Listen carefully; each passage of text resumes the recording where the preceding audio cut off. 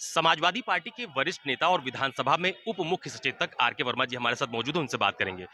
वर्मा जी, आज अखिलेश यादव जी ने जो प्रेस कॉन्फ्रेंस की उसमें इटावा का बहुत ज्यादा जिक्र हुआ और ये कहा कि जो कथावाचक के साथ जिस तरह की घटना घटित हुई है वो ठीक नहीं है, और बार बार पीडीए का जिक्र अखिलेश यादव कर रहे थे। मैसेज क्या देना चाहती है पार्टी? देखिए, पार्टी नहीं, जिस तरीके की जो घटनाएं उत्तर प्रदेश में घट रही है उससे लगता है कि सरकार के इशारे पर कुछ अराजक तत्व तो लगातार, जिनका मनोबल इतना बड़ा हुआ है, इस तरीके की घटनाएं जो पीडीए के साथ अपमानजनक घटनाएं कारित करने का काम कर रहे हैं, हमारे भारत के संविधान की अवहेलना करने का काम कर रहे हैं।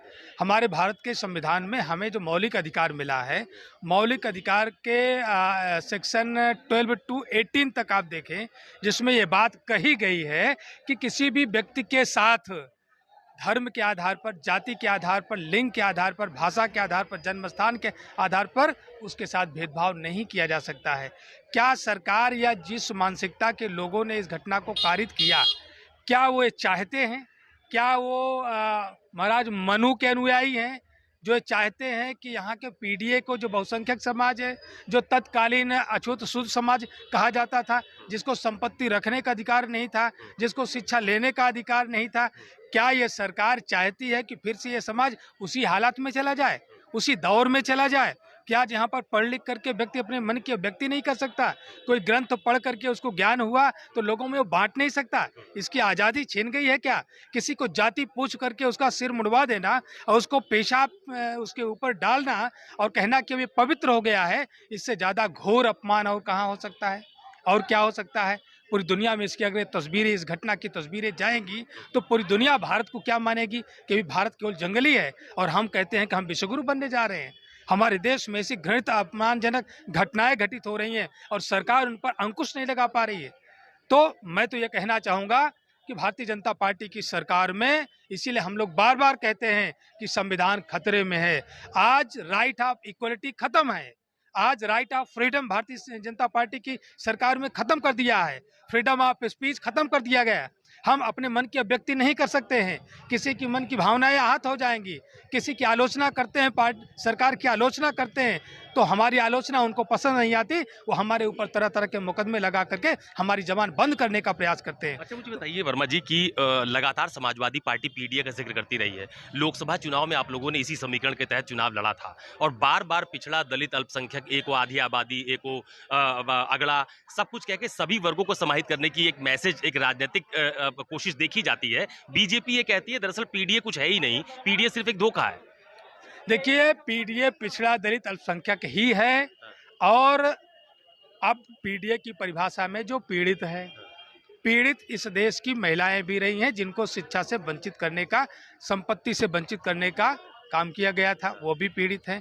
और जो व्यक्ति किसी भी जाति और मज़हब का हो, अगर पीड़ित में संवेदना रखता है या स्वयं पीड़ित है तो वह भी पीडीए है।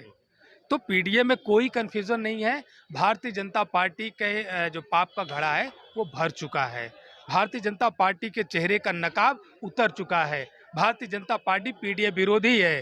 भारतीय जनता पार्टी पिछड़ा, दलित, अल्पसंख्यक विरोधी है, महिला विरोधी है। भारतीय जनता पार्टी के नेताओं का जो चरित्र आप लोगों के माध्यम से, विभिन्न वीडियो के माध्यम से आ रहा है, उससे उनकी सोच का अंदाजा लगाया जा सकता है कि अभी वो पुराने दौर में जी रहे हैं जब महिलाओं को अधिकार नहीं दिया जाता था।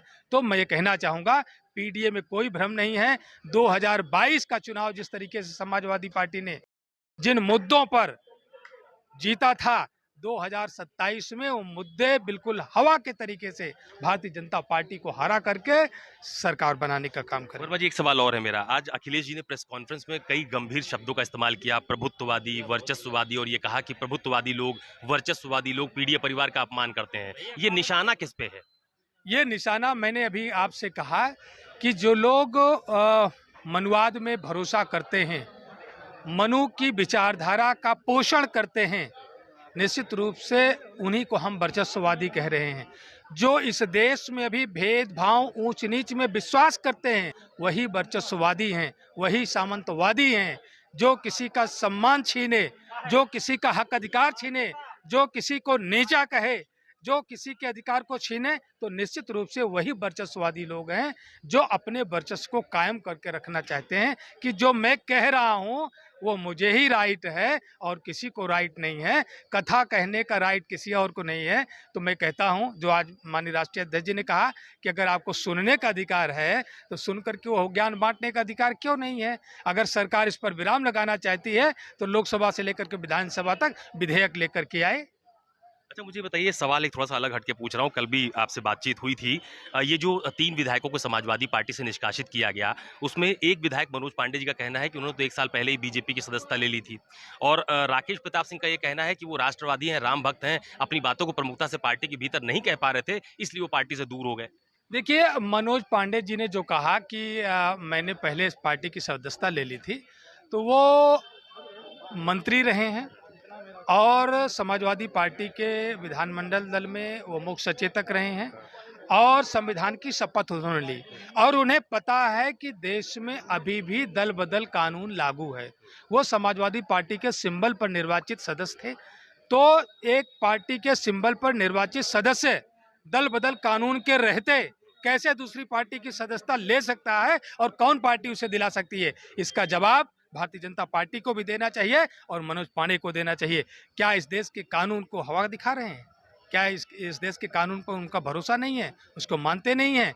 रही बात राकेश प्रताप सिंह जी की, उन्होंने जो कहा कि मर्यादा पुरुषोत्तम राम पर जो उन्होंने कही, तो मैं तो सीधे सीधे कहूँगा कि वो कुछ नहीं, भारतीय जनता पार्टी से मर्यादा पुरुषोत्तम श्री राम नाराज हैं।